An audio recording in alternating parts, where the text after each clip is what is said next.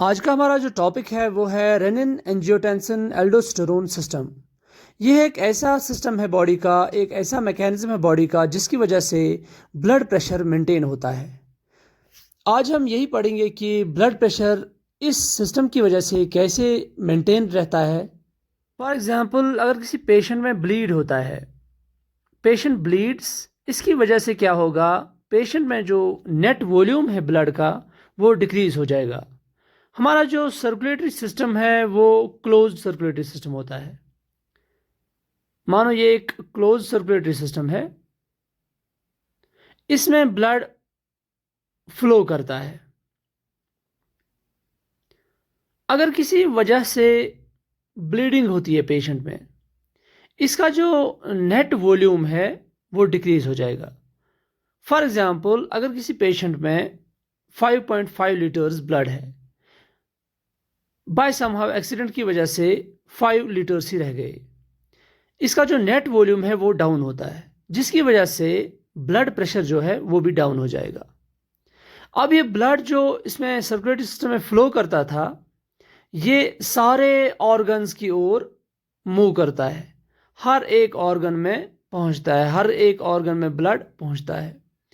जो ही ये blood kidneys में जाता है, किडनीज में पहुंचता है, वहां पे होते हैं हमारे बैरो रिसेप्टर्स, यानी प्रेशर मेजरिंग डिवाइसेस।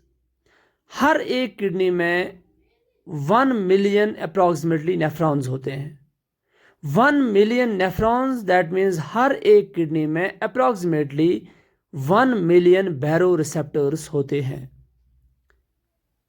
वो प्रोड्यूस करते हैं रेनिन, एक हार्मोन, जिसकी वजह से ब्लड प्रेशर मेंटेन रहता है। अब ये रेनिन की वजह से कैसे मेंटेन रहता है, ये हम आगे जाके इस लेक्चर में पढ़ेंगे।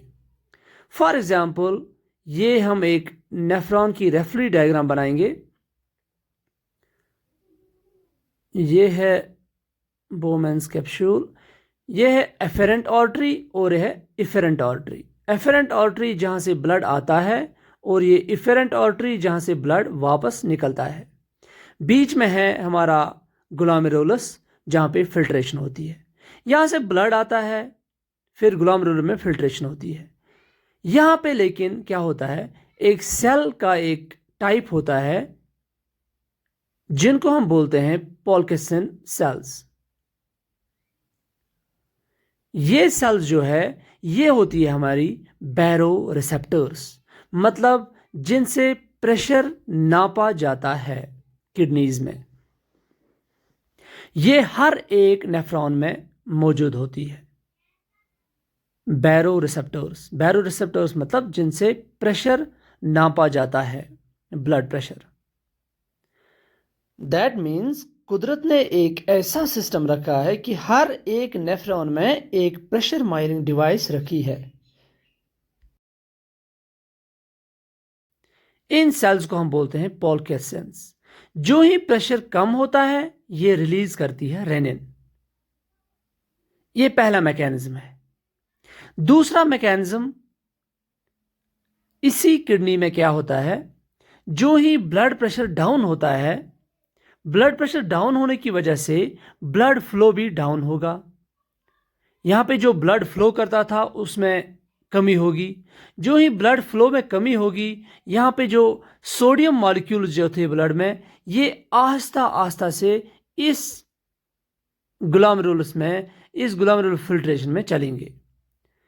जो ही ये आहिस्ता आहिस्ता यहां से चलेंगे, यहां पे होती है एंडोथेलियल सेल लाइनिंग्स। ये सेल्स क्या करती है, ये cells love to taste the sodium. ये सोडियम को अट्रैक्ट करती है और सोडियम को ग्रैब आउट करती है, सोडियम को इस फ्लूइड में से बाहर निकालती है। यहां पे होती है 65% ऑफ रिएब्जॉर्प्शन। फिर आगे जाके जो ही ये थोड़ा सा आगे जाता है ये फ्लूइड, यहां पे होता है हमारा दूसरा सेल का किस्म, अनदर टाइप ऑफ सेल्स। ये सेल्स क्या करती है, ये भी सोडियम को रिएब्जॉर्ब करती है, लेकिन यहां पे होती है अप्रॉक्सीमेटली 25% ऑफ रिएब्जॉर्प्शन। अगर आगे से 100 यूनिट्स आगे 65 पहले रिएब्जॉर्ब होते हैं, 25 यहाँ पे रिएब्जॉर्ब होते हैं। इसके बाद आता है हमारा ये वाला पोर्शन जिसको हम बोलते हैं मैक्यूला डेंसा। मैक्यूला डेंसा जो होता है, these cells also love to taste the sodium. जो ही सोडियम की कंसंट्रेशन लो होती है, यहां से जब आए 65 यहाँ पे एब्जॉर्ब हुए, 25 यहाँ पे, यहाँ पहुंचे 10%। जब ये 10% भी कम हुआ, दैट मीन जब ब्लड प्रेशर आगे से कम रहा था, इससे क्या होता है, ये जो मैक्यूला डेंसा है ये एक कनेक्टिव टिश्यू की मदद से, यहाँ पे कनेक्टिव टिश्यू होता है, ये कनेक्टिव टिश्यू जो है इनको हम बोलते हैं, पहले हम इसको मैक्यूला डेंसा, और यहां पे जो बीच में है इसको हम बोलते हैं lacis cells, connective tissue, lacis cells. इस कम सोडियम की वजह से क्या होता है, ये एक्टिवेट करती है इस मैक्यूला डेंसा को, और मैक्यूला डेंसा ट्रिगर करती है इसको, और ये सिक्रीट करती है नाइट्रिक ऑक्साइड और प्रोस्टाग्लैंडिन्स। नाइट्रिक ऑक्साइड और प्रोस्टाग्लैंड जो है, ये दोनों, नाइट्रिक ऑक्साइड और prostaglandins stimulates the production of renin again. ये इन पॉल्केसिन बॉडी से, पॉल्केसिन सेल से रेनिन फिर से सिक्रीशन हो जाती है, यानी रेनिन सिक्रीशन इंक्रीज हो जाती है। फिर ये रेनिन जाके जब सर्कुलेशन में पहुंचता है, वहां पे कैसे काम करता है वो हम इसके बाद पढ़ेंगे। पहले हम देखेंगे कि रेनिन किन किन वेज से ज्यादा सिक्रीट होता है। इसके बाद और एक मैकेनिज्म होता है जिसकी वजह से रेनिन की सिक्रीशन ज्यादा होती है, वो है हमारा central nervous system. Central nervous system में जाने से पहले आपको इसका नाम पता होना चाहिए। इसको कॉमनली हम बोलते हैं JGA, जक्स्टा ग्लोमेरुलर एपैरेट्स। इसमें आते हैं एक पॉल्केसिन बॉडीज, पॉल्केसिन सेल्स, लेसिस सेल्स और मैक्यूला डेंसा। जक्स्टा ग्लोमेरुलर एपैरेट्स, जिसकी वजह से ये रेनिन सिक्रीशन होती है। अब जाएंगे हम कैरोटिड साइनस की ओर। ये होता है हमारी नेक में कैरोटिड साइनस, यहां पे कैरोटिड साइनस। यहां पे होते हैं हमारे बैरो रिसेप्टर्स, यानी वो यहां पे भी प्रेशर मायरिंग डिवाइसेस होती है। जब ये ब्लड प्रेशर लो होता है, यहां से एक सिग्नल निकलती है। इस नरु का नाम है साइनस नरु। इससे सिग्नल पहुंचती है सेंट्रल नर्वस सिस्टम में। यहां से नरु निकलती है, वो सिक्रीशन होती है। फिर यहां मैक्यूला डेंसा में नॉर इपिनेफ्रीन, ये नर्व एंडिंग सिक्रीट करती है नॉर इपिनेफ्रीन। यहां पे रिसेप्टर्स मौजूद होते हैं इसके, जिन रिसेप्टर्स को हम बोलते हैं बीटा 1 एड्रिनर्जिक रिसेप्टर्स।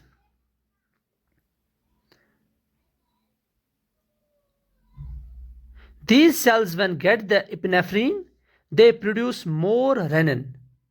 इससे क्या होता है, more renin secrete होता है। Now renin करता क्या है, रेनिन जो है ये करता क्या है हमारी सर्कुलेशन में। जो ही ये सर्कुलेशन में जाती है, in blood circulation there is every time present angiotensinogen which is secreted by liver। Liver स्क्रीट करता है एंजियोटेंसिनोजन, जो कि हर वक्त हमारे जिस्म में मौजूद होता है, हमारे खून में मौजूद होता है। ये एंजियोटेंसिनोजन जो है ये इनएक्टिव फॉर्म में होता है। इसको एक्टिवेट करता है रेनिन। ये इसको एक्टिवेट करके एंजियोटेंसिन फर्स्ट में कन्वर्ट करता है।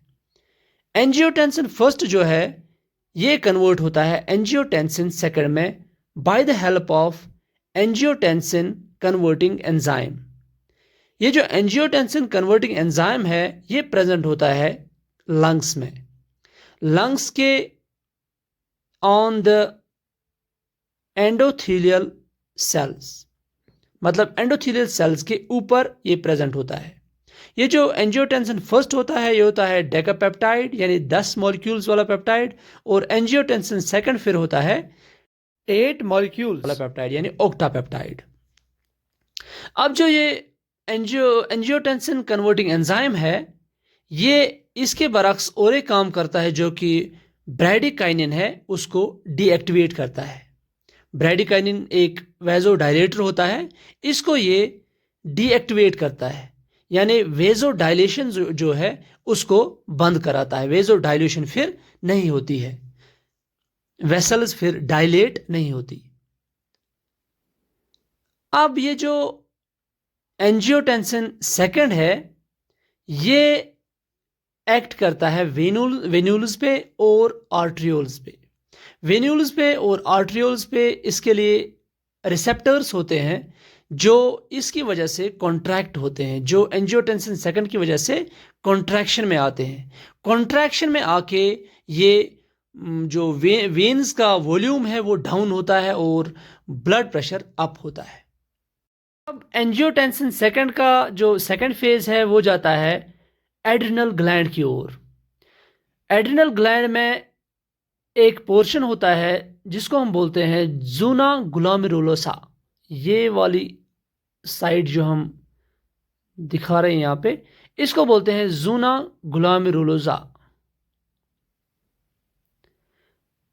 इस जूना ग्लोमेरुलोसा पे जब एंजियोटेंसिन सेकंड एक्ट करता है इससे क्या होता है, इससे ये एक्टिवेट हो जाता है जूना ग्लोमेरुलोसा, और यहां पे होती है सिक्रीशन ऑफ एल्डोस्टेरोन।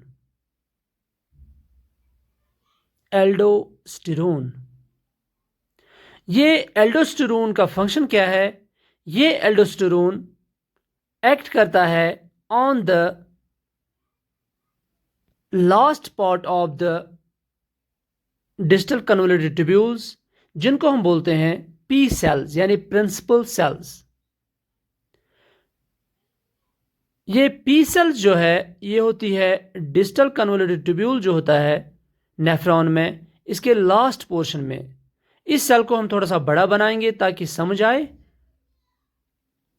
ये सेल जो है यहाँ पे एल्डोस्टेरोन स्क्रीट होता है और ये पहुंचता है इस सेल के सेल लाइनिंग पे। यहाँ पे होते हैं इसके लिए रिसेप्टर्स।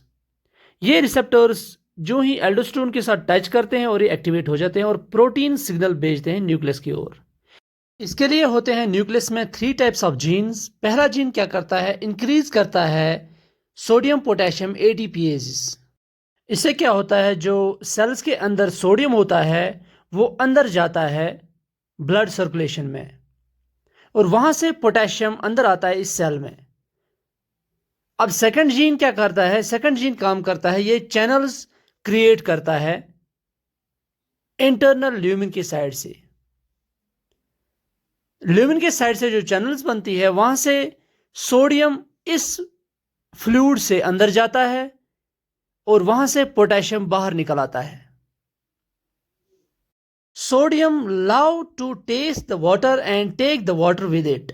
सोडियम अपने साथ पानी को भी अंदर ले जाता है, जिसकी वजह से ये जो ल्यूमिनल फ्लूइड था वो अंदर सेल में जाता है और सेल से बाहर जाता है सर्कुलेशन में। यानी इसकी वजह से जो आउटपुट था वाटर का यानी यूरिन आउटपुट जो था वो कम हो जाता है और फ्लूइड रेअब्जॉर्प्शन ज़्यादा हो जाती है।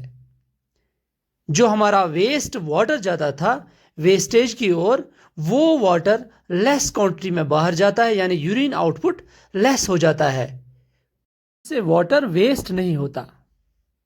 अब एडीएच सिक्रीशन कैसे होती है? जब angiotensin second central nervous system की ओर जाता है, it works on the hypothalamus, supra optic nerve supraoptic nerve stimulates the production of ADH from posterior pituitary gland. It stimulates posterior pituitary to secrete ADH, anti-diuretic hormone. ADH का काम होता है last part जो nephron का होता है, last part of distal convoluted tubule of nephron and makes it more permeable to water, जिससे क्या होता है, वाटर एब्जॉर्प्शन बढ़ जाती है। Makes water channels with the direction of ADH, जिससे वाटर एब्जॉर्प्शन बढ़ जाती है।